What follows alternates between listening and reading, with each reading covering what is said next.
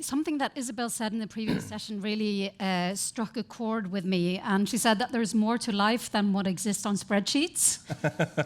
And that what really matters is when you're out in the field and out on the ground and you see what's really going on. And we also had a challenge from the previous session to dare to talk about the dilemmas. So, you know, it's like we planned this. Now we're moving on to a dilemma that might sound a bit technical. It's about working capital. And many times this is characterized by just hoping it will pass, this problem, and a temptation to avoid the hard conversations.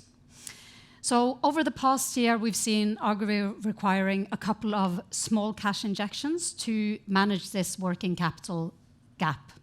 So working capital basically is the difference between what a business owns in the short term, so the cash and the products it has on the shelf, and what it has to pay soon, so salaries and supplier bills. And for Agrio, this has been in a squeeze because they've had some delays in customer payments and some higher transportation costs. So Agrio has come to us asking for some more funds to secure a critical seed shipment. And the CEO tells us, if we miss this shipment, production stops. And you know, are we just seeing some temporary issues here, or is it a sign of a deeper problem? So here are your options. Do we agree to another small cash injection to keep the operations running? Do we say no and tell the management to present a full turnaround before we can support any further? Or do we offer a larger stabilizing package, but only if the company accepts tighter oversight from the board? So take out your phones and cast your votes.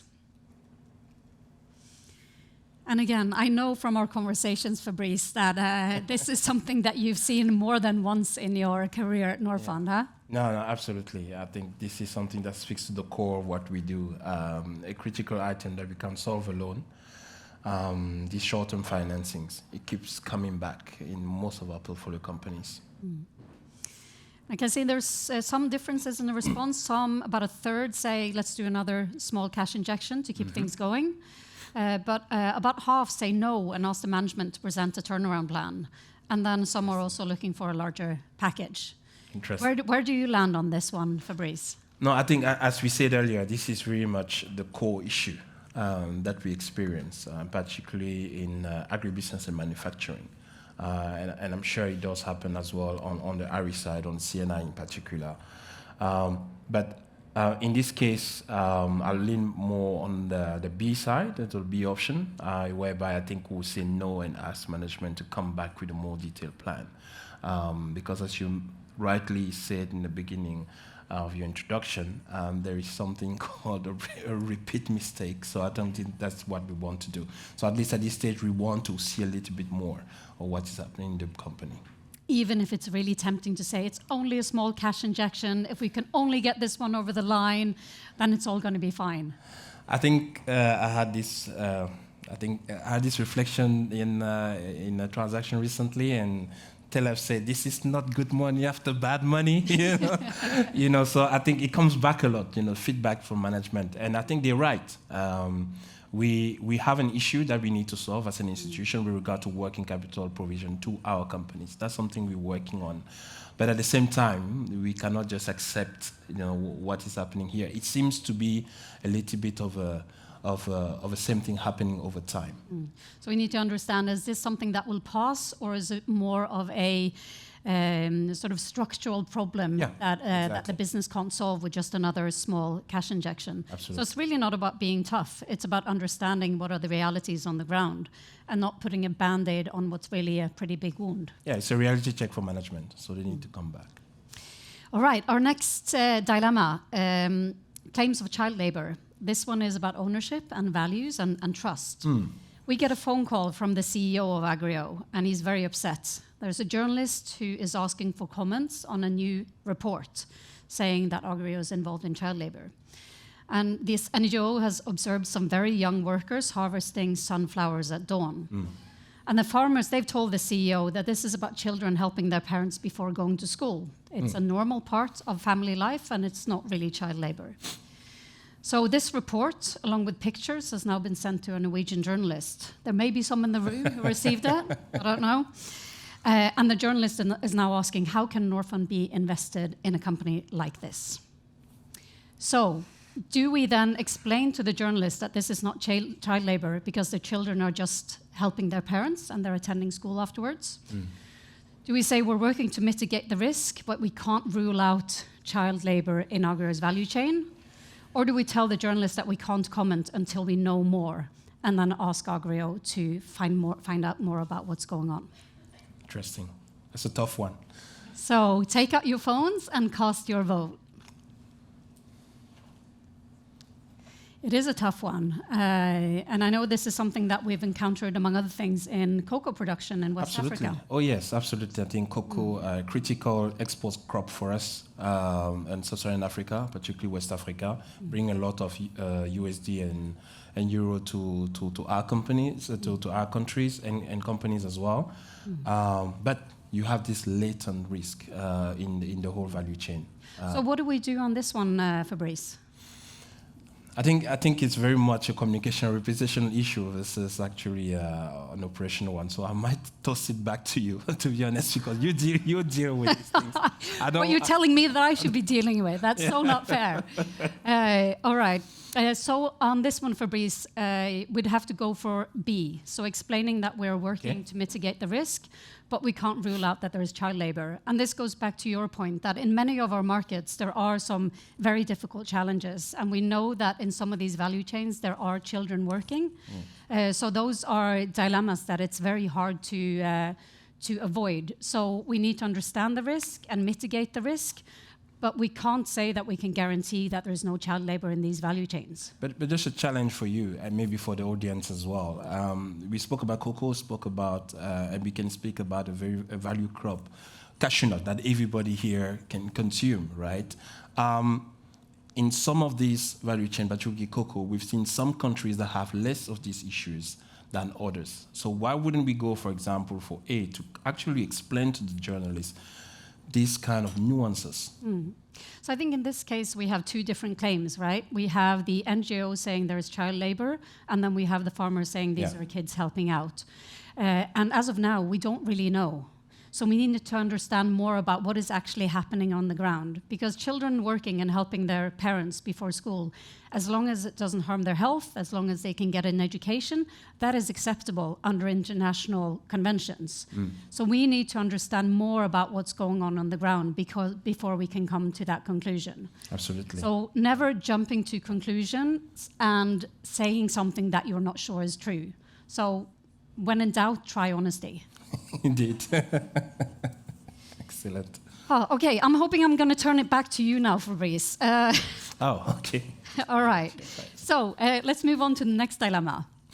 Dilemma. That's not tell I've been fired. That everybody knows. Yeah. No, this is not about Norfund. Ooh, I'm glad you clarified that one.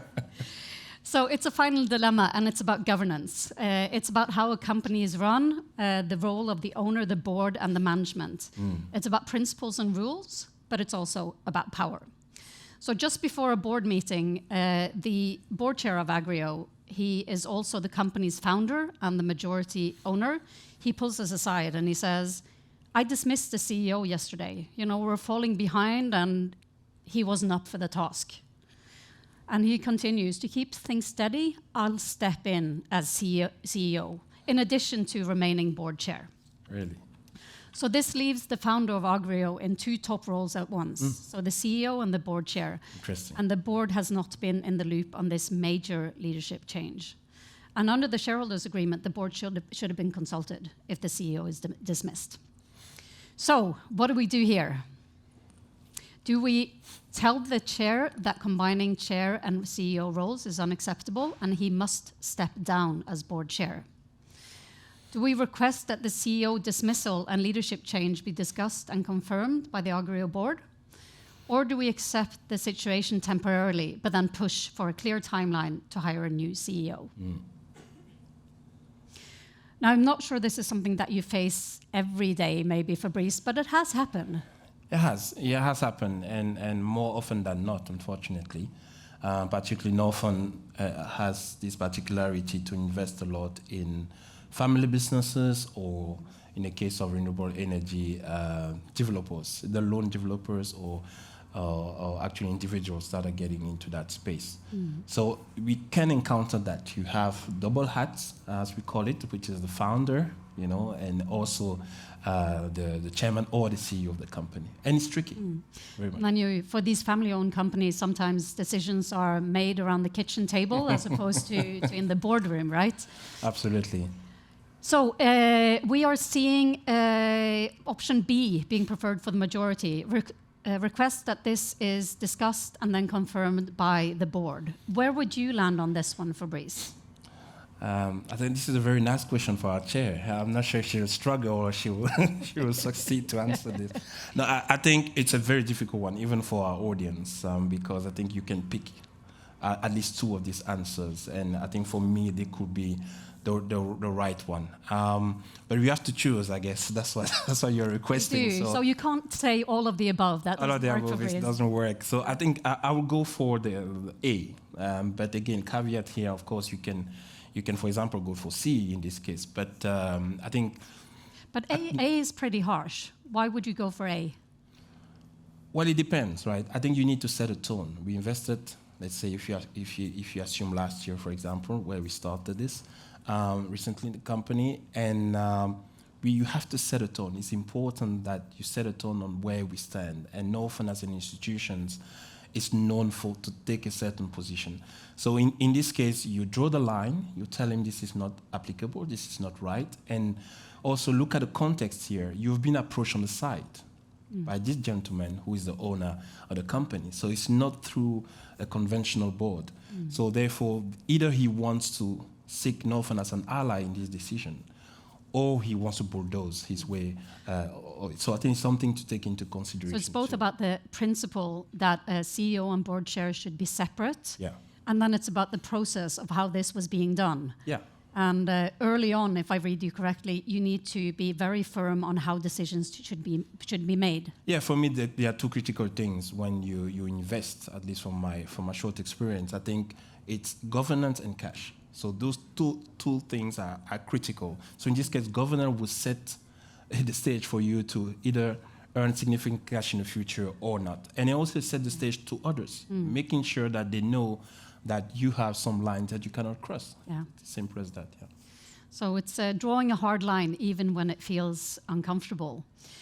So I think that brings our conversation to a close, Fabrice. Responsible ownership is rarely elegant. It's about judgments and trade-offs and staying engaged when it's easier maybe not to. And we spoke about a fictional company in a fictional country, but really the dilemmas are very much real on the ground stuff that you and colleagues meet every day. And investments are not just about making the investment or not, but it's about everything that comes after. And at the foundation of all of this, I think, is where we ended, with a good division of labor and an understanding of roles and responsibilities as a minority investor, and really taking those dilemmas head on every single day, knowing that there's no answer with two lines under it, but it's a constant judgment. Absolutely. Fabrice, many thanks, and thank you to you in the audience. Thank you, everybody. Thank you.